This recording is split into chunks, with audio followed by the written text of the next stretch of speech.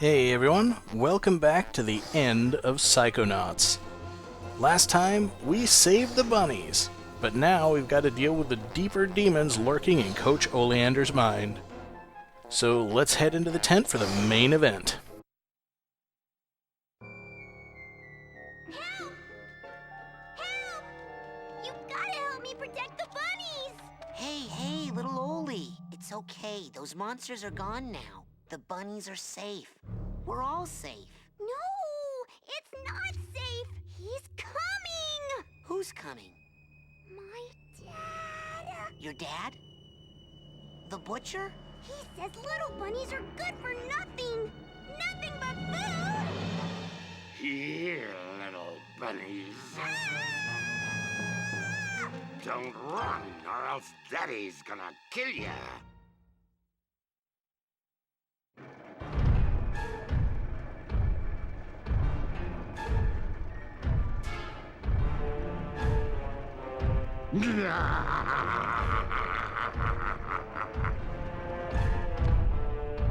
So yes, because he was such a scary influence in Oleander's childhood, his father the Butcher is a giant figure within his mind, and he sees Razputin as nothing more than a piece of meat to chop up. Come here, little bunny.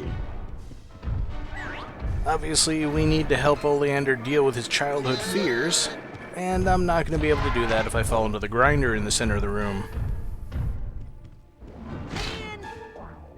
This guy hits pretty hard, but fortunately, regeneration will take care of a lot of that. And the shield will block all of his attacks. Although we don't want to block this one, because when he gets his cleaver stuck in the ground, that's the only time to run up his arm and hit him in the face. Otherwise, you can also dodge all these moves by staying ahead of him with levitation, but it's a little trickier and you actually have to time stuff properly. Not really sure how I managed that jump. Come here, bunny. Otherwise, the fight is just kinda this. Run away from him for a bit. Try not to get hit. Fail sometimes. And wait for him to do that vertical swing, which he'll do right after that multiple chop thing that he does. And 3 hits will do the job.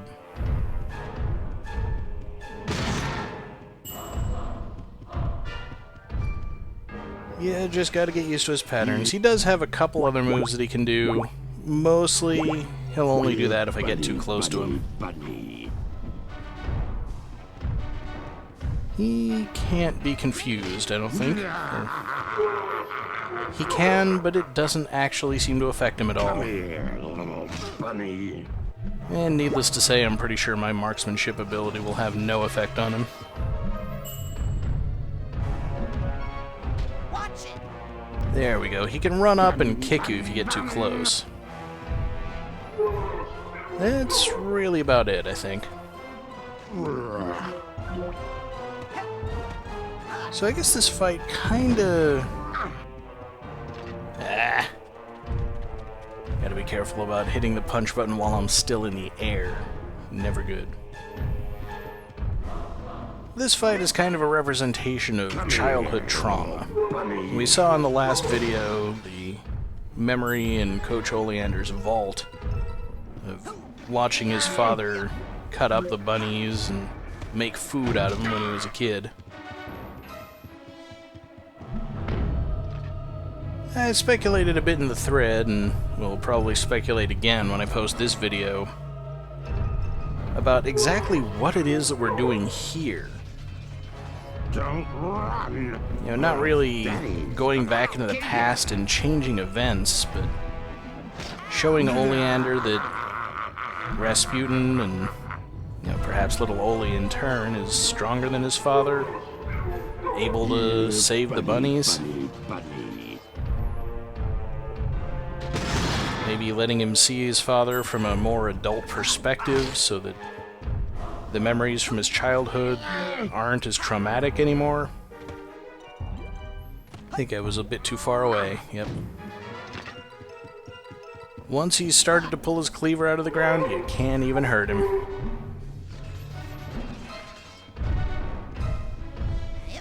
But we'll get this done. Bunny, bunny, bunny.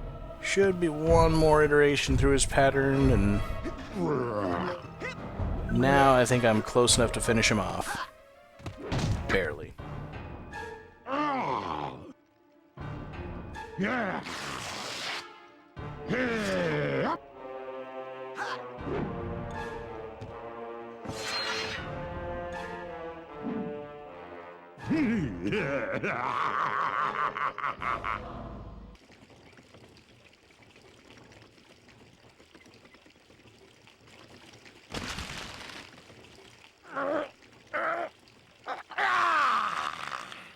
What's going on here? What have you done to our circus? Dad! Polluted. Perverted. This looks like the work of mentalists. I can explain. Have you been associating with psychics? Dad, Psychics. Fortune tellers. They killed your grandfather. They cursed our entire family to die in water. Yes, but... Including you, Razputin. And me. But I'm going to live. You know why? Because I'm still an acrobat. Let's see if you are. What's it going to be, son? Die in the water? Or show me what you got?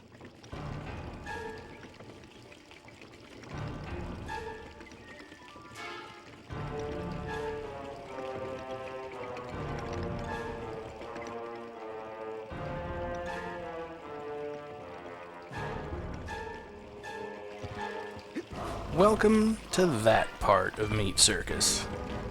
This is the part everybody hates.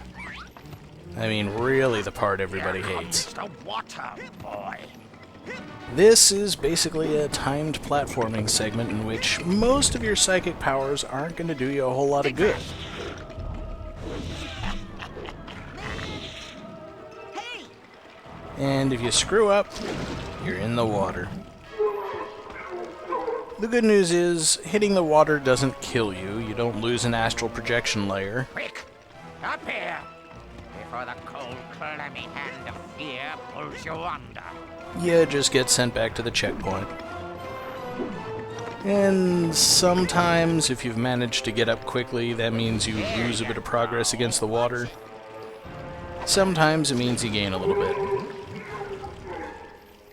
Sometimes it means you have no idea where the ladder is. Up here! But that's kind of the annoying thing.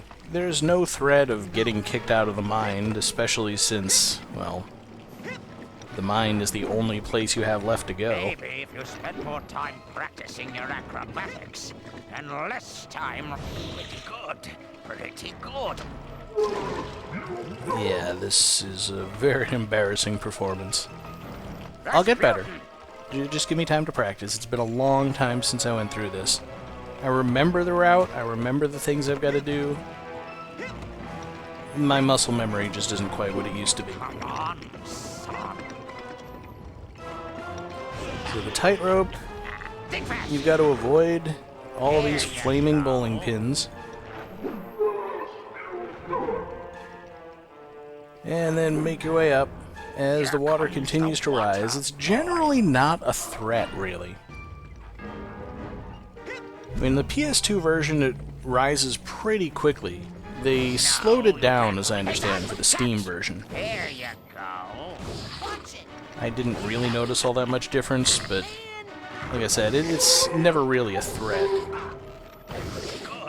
Pretty good. More of a threat is the fact that I keep getting hit by those stupid bowling pins. Really catch those. I was just testing. That part's easy because he always throws them over your head. Here he alternates up and down, so you gotta dodge appropriately. Pretty good. This, I think, is the hardest part of the whole thing, because the fire sometimes gets in the way of your jumps. You used to like to play. Hey, son, catch! You used to like to play catch. Yeah, the good news is there are checkpoints. Hopefully I'm not going to have to demonstrate too many of them. Here you go. Think fast. Incoming. I'm not even sure how you're supposed to jump over some of those. I don't remember him ever throwing 2 in a row. But I think it's actually a little bit easier if you get to the inside of these climbable surfaces. It gives you a little bit more room to grab on, I think. It's hard to tell, honestly. Although you may have to be on the outside to get past those 2 without taking a hit. I don't know. There you go. Alright, now I'm getting annoyed. Think fast. Hey, son, catch! Incoming. He never used to be that accurate with the pins before. I always used to be able to avoid them, at least for the most part. So I'm done messing around. If you use invisibility here, Now you since he can't see you, he doesn't throw any bowling used pins to at you. like to play catch. It feels kind of like cheating, but then again, the powers are there so you can use them. Sort of like another one of my old favorite games, Psychic World. It always felt kind of cheesy to use the invulnerability power-up to get through the game, but you kind of have to. I think the game is made and balanced so that you spend most of the time invulnerable. And this one, there's not even a cost to powers like invisibility.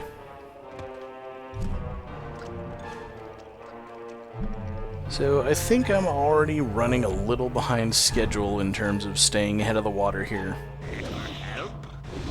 But we're in the final stretch. The typical flaming hoops. You used to like to play. Instead of jumping through them, obviously we just need to float through them. And he stops throwing his bowling pins whenever we get close, which is convenient. And it's just a matter of timing. There you go. And taking a bunch of bowling pins to the face, because I don't think you've got enough time to activate invisibility here. Now I just need to slide down this ladder. That has never happened to me before. But you can tell this is all going to be fairly repetitive, especially when I keep messing up right at the start. Good, pretty good. Now you can really catch those. I was just testing you. You used to like to play catch with me. It does get a little repetitive having to get past the same obstacles every time. And then I couldn't grab the ladder. I don't even know what happened just then. No, you can't really catch those. I was just testing. Think fast. But it's about time for the victory lap, I think. Incoming. Good, pretty good. Little help. He's never hit me with one of those either. This should be the victory run. No, you can't. I admit, this part of the game is pretty annoying. There's not a whole lot of story going on in Meat Circus, particularly compared to how long the gameplay goes. And since at this point you're not collecting figments, you're not gaining new powers, there aren't really any people to interact with, There you go. it can get a little tedious. But this part is a heck of a lot of fun. Once you actually manage to grab the ladder, you just slide down and keep sliding down even as the ladder goes up. Watch the water engulf all the obstacles below. And if you've gotten this far, then you've made it. Dad, I made it! You cheated! No! I used the acrobatics you taught me. Don't lie to me, cheater. You crystal ball readers always cheat. You're no son of mine.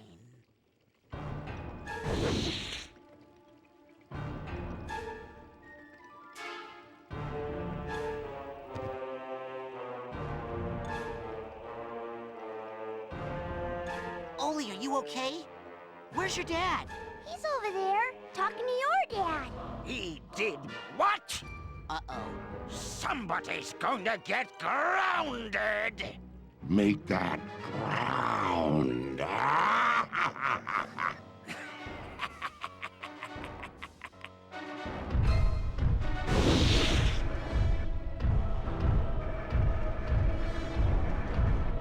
So of course, now we're dealing with both of the dads at once. And this is a much easier fight than the first encounter with the Butcher, I think. The shield still works for all of his attacks, but because the cleavers are now on fire, we can't run up his leg. So I've got to grab the flaming bowling pins and throw them at him to knock him off balance and then smack him in the face.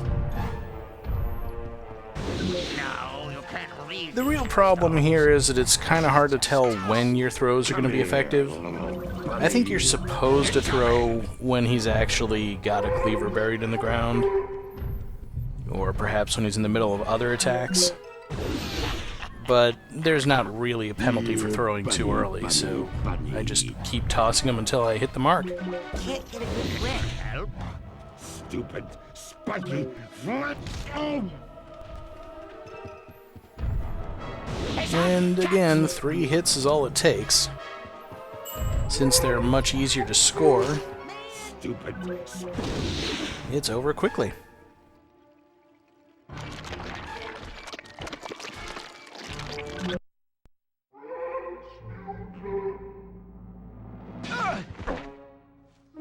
Razputin!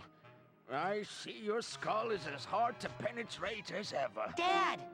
What is your brain doing out here in this tank with this other brain? And who are all these unconscious people? What have you gotten yourself involved with? Psychics. He's been cavorting with filthy, cheating psychics. Is that really how I look in your mind? Man, do I hate psychics. And seeing my son happy. I don't hate psychics. I used my psychic connection with you to find you, and to project myself into your mind. But how can you hate me for being psychic if you're psychic too? Son, I could never hate you. I only wanted you to be happy, Razputin, and safe. Our family has many enemies.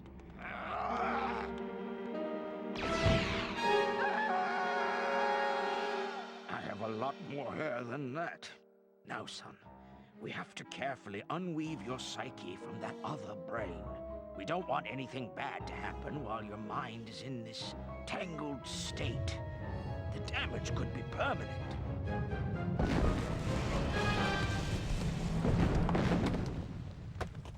Unweave? Detangle? Never. I like it this way. I mean, look at how huge I am. And I think I can juggle now. This is your mind, so you are the strong one here. But I'm about to give you my son. You must take care of it, because it's everything I've got.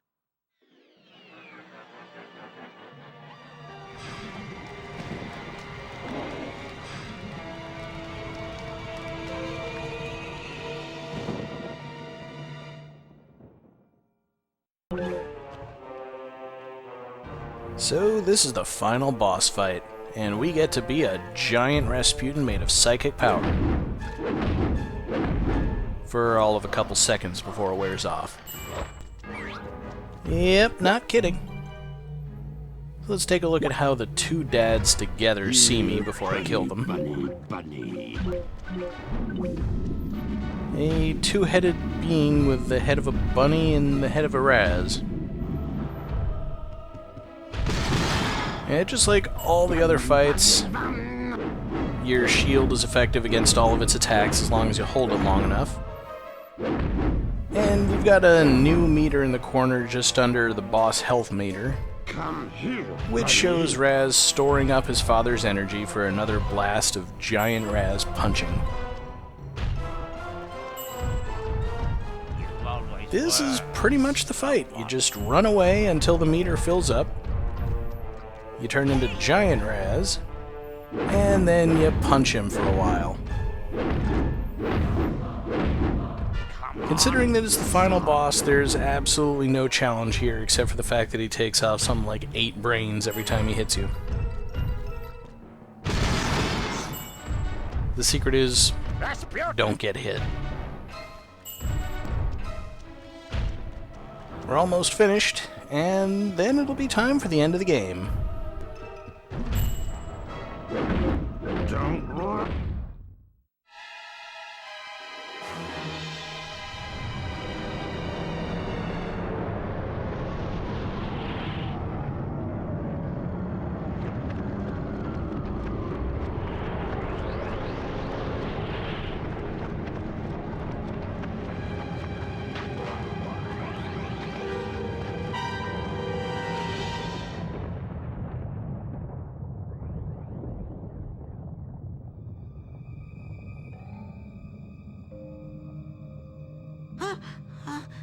Bunnies! No!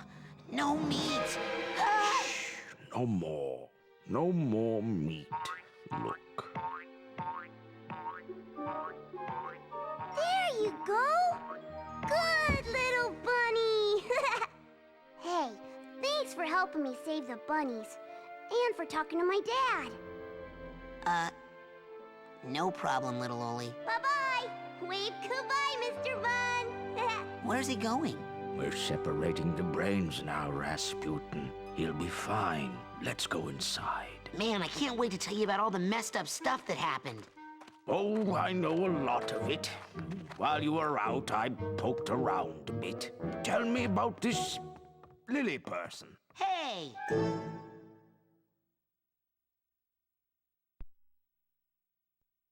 And so, that brings us to the end, where, as you can clearly see, the personal demons causing my negative behavior have all been eradicated, leaving me sane once again.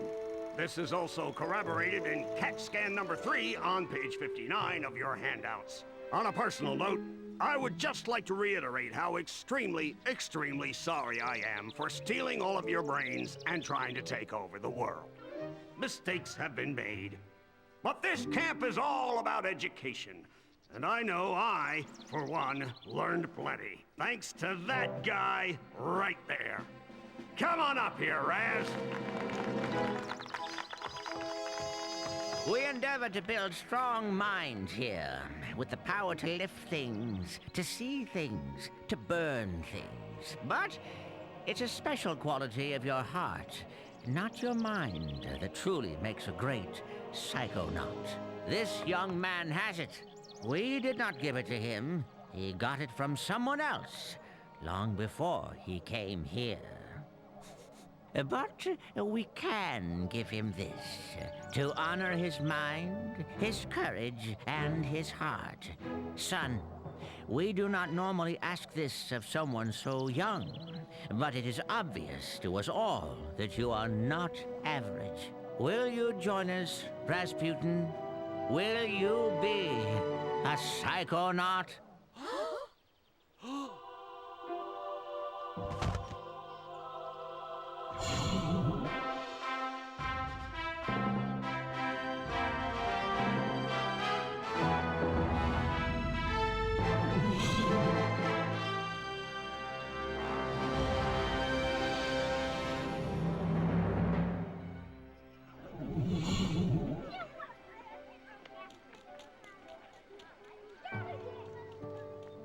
Okay, let's be perfectly clear about this. That was the best summer of my whole entire life. Hey, the summer's not over yet. We can hang out for a couple of weeks still. My family's out on the East Coast. Where's yours? They move around a lot. Well, you'd better go. Your dad's waiting for you. Well... Bye.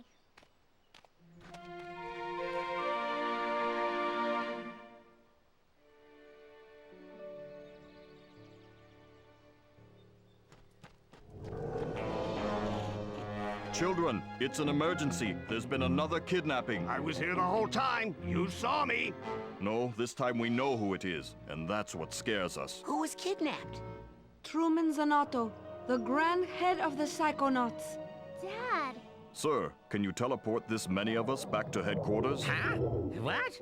Hey, what are you people doing in my kitchen? Now get! Guess we're taking the jet.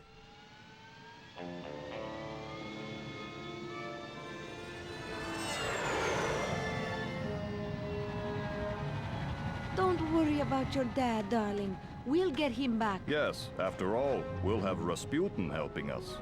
I'm going? Now how could we do this without our anti-kidnapping specialist?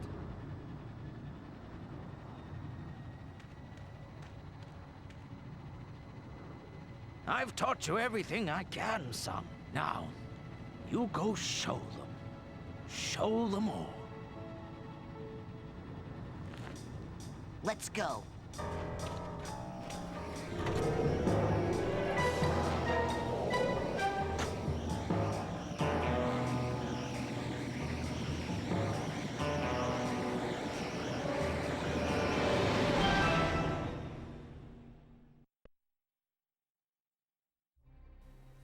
So, that was Psychonauts. Despite its flaws, and I really don't think it has too many of them, it's still one of my favorite games of all time. You know, it doesn't do everything quite perfectly, there are a lot of complaints that I have with it, but nothing that really ruins my overall enjoyment of the game, and that's what's really important. I still come back to this one, and I still 100% it every time, regardless of how difficult it may be, because I enjoy it that much.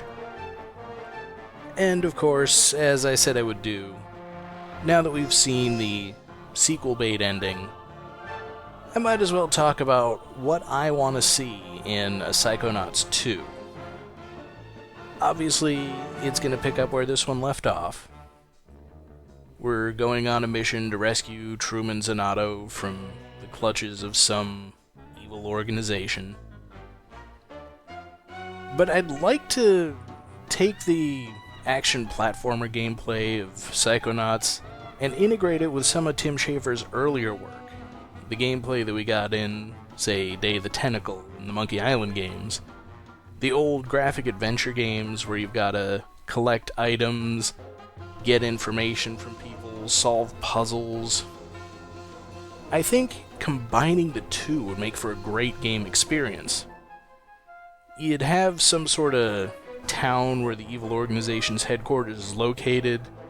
You don't know what it looks like, you don't know exactly where it is, so you've got to find it, and that's the more adventure game driven gameplay.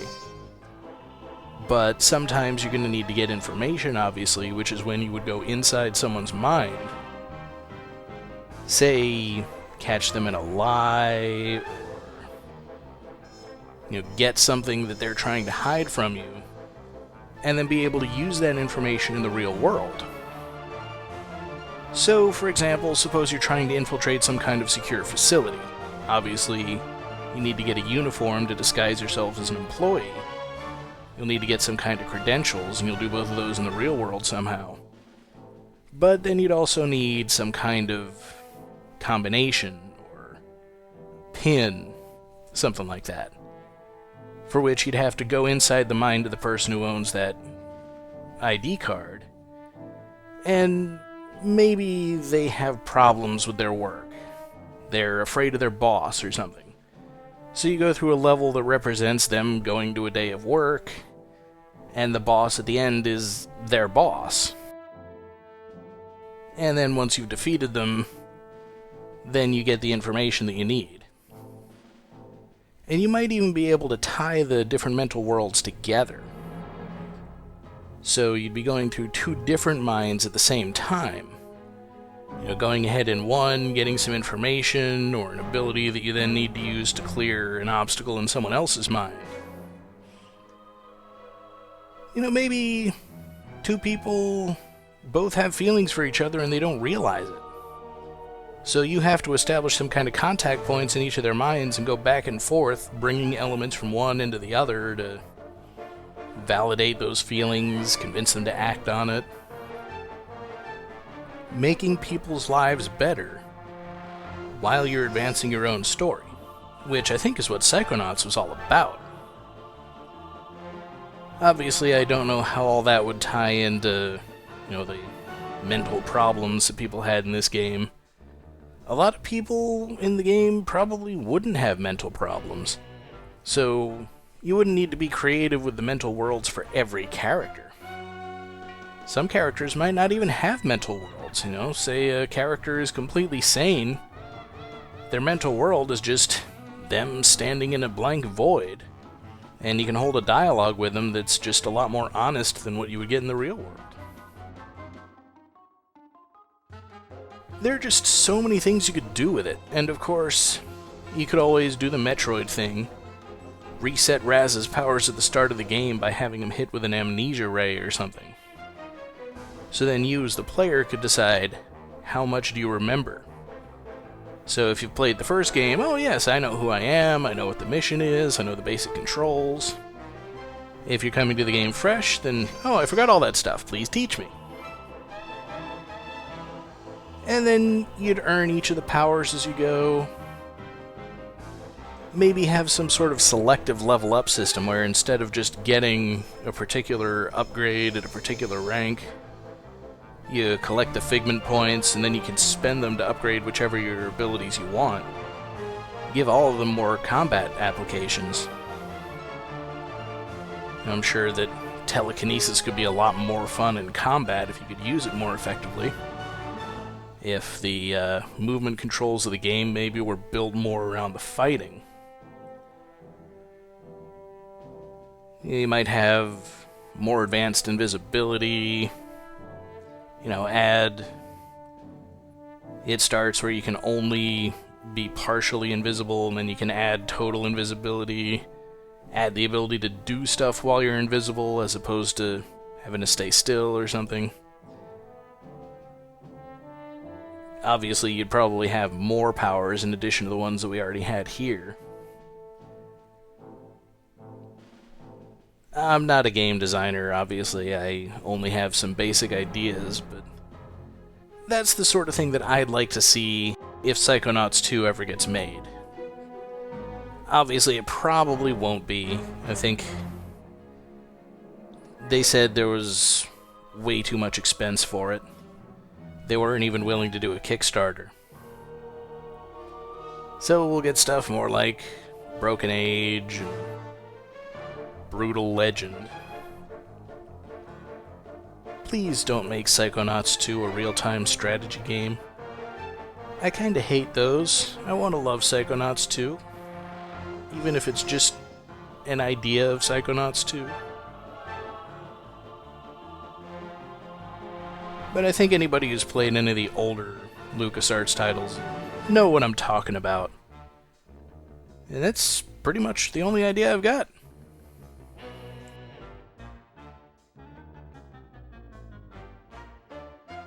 And I think that's a picture of the team. I don't really know who those people are, because here's the team. I recognize Tim Schafer up front. And for whatever reason, they didn't go straight to the final bonus cutscene, so I'm going to have to reload my game and go in and show it to you from the memory viewer. It's the only one available for Thorny Towers here.